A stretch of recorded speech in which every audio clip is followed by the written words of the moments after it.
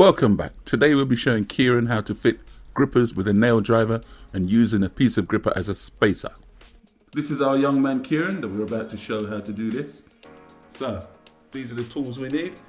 Start with a hammer, nail driver, or as we affectionately know it as a bad man. Now normally you would use a gripper cutter, but I personally find the tin snips are a lot easier to use. So those are the tools we need to do this job. And obviously, the most important bit we need is the gripper.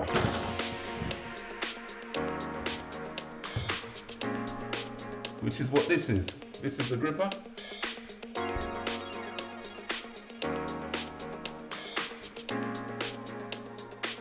Right, let's crack on. Just before we crack on, a little bit of information for you.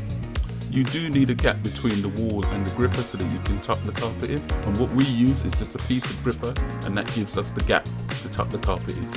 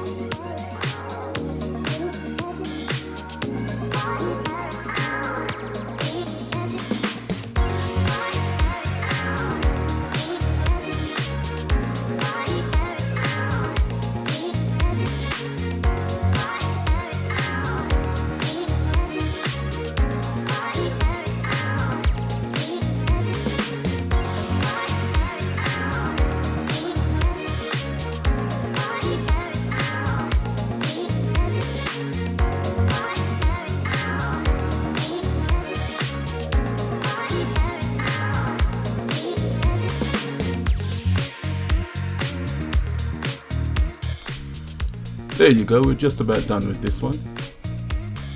If you like these type of videos, please check out my other videos. Thank you for watching. Like, share and subscribe.